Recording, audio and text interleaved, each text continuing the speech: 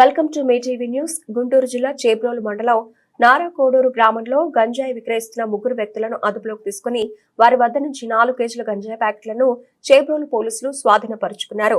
ఈ సందర్భంగా Chebrolu police station లో డీఎస్పీ జనార్దన్ రావు మీడియా సమావేశంలో మాట్లాడుతూ సులువుగా డబ్బు సంపాదించాలని ఇతర ప్రాంతాల నుంచి గంజాయి తీసుకొచ్చి విక్రయిస్తున్న ముగ్గురిని అరెస్ట్ చేశామన్నారు.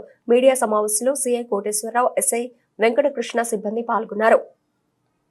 కూడా ఈ వ్యసనాలకు లోన్ కాకుండా తల్లిదండ్రులు, ఉపాధ్యాయులు వీళ్ళని తరచూ వీళ్ళు ఏం చేస్తున్నారు, ఎట్లా ఉన్నారు అనేది పరిశీలన చేసుకొని వాళ్ళు ఈ చెడు వ్యసనానికి లోన్ కాకుండా తగు జాగ్రత్తలు తీసుకోవాలి.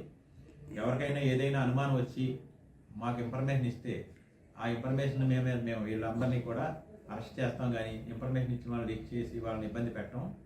కాబట్టి ఎవరైనా ఈ గంజాయి సంబంధించి ఏదైనా సమాచారం ఉన్నాయా మన చేబ్రోలు ఎస్ఐ గారికి కానీ మాకు కానీ తెలియపరిచిన దీన్ని తొందరగా ఈ వ్యసనాన్ని రూపుమాపడానికి తగు చర్యలు తీసుకోవడం జరుగుతాం.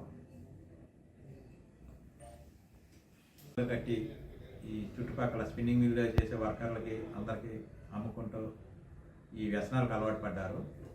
అందులో భాగంగా మన కొన్నూరు రూరల్ సిఐ గారు కోటేశ్వరరావు గారికి, చేబ్రోలు ఎస్ఐ మన వెంకటకృష్ణకు వచ్చిన సమాచారం మేరకు వాళ్ళకి వచ్చిన సమాచారం మీదకి వెళ్ళి రైడ్ చేసి రెడ్ హ్యాండెడ్గా పట్టుకున్నప్పుడు వారి దగ్గర వీరు తీసుకొచ్చిన గంజాయి 4 కేజీలు, సుమారు 4 కేజీలు దాటి ఉంది. ఇది సీజ్ చేయడం జరిగింది.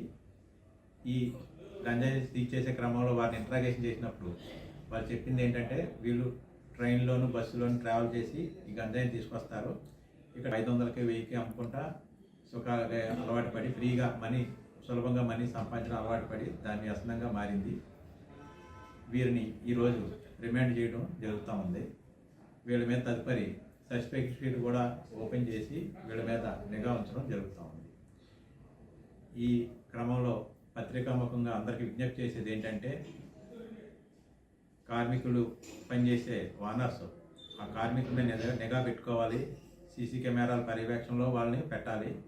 ఏం జరిగినా కూడా ఫర్దర్గా ఇది గంజాయికి వెళ్ళింది, తర్వాత ఏ నేరంకి వెళ్ళినా కూడా అది వాళ్ళు కూడా బాధ్యత వహించాల్సి వస్తుంది. కాబట్టి ఈ పత్రికాముఖంగా స్పిన్నింగ్ మిల్లు అందరికి కూడా చెప్పేది ఏంటంటే, సీసీ కెమెరాలు ఏర్పాటు చేసుకోవాలి. ఈ ఆకుని ఎండబెట్టినప్పుడు ఫోటోలు మంచి క్వాలిటీ ఇది నెంబర్ 1 క్వాలిటీ అది చెప్పారు. ఫాస్ట్ గా ఐఆర్సిటీసీలో పనిచేస్తారు సార్, ఫుడ్ డెలివరీ దాంట్లో. దాంతో పాటు ఇవి కూడా ట్రైన్లో జర్నీ ఐఆర్టీసీ సప్లైర్లు ఉంటారు, అందులో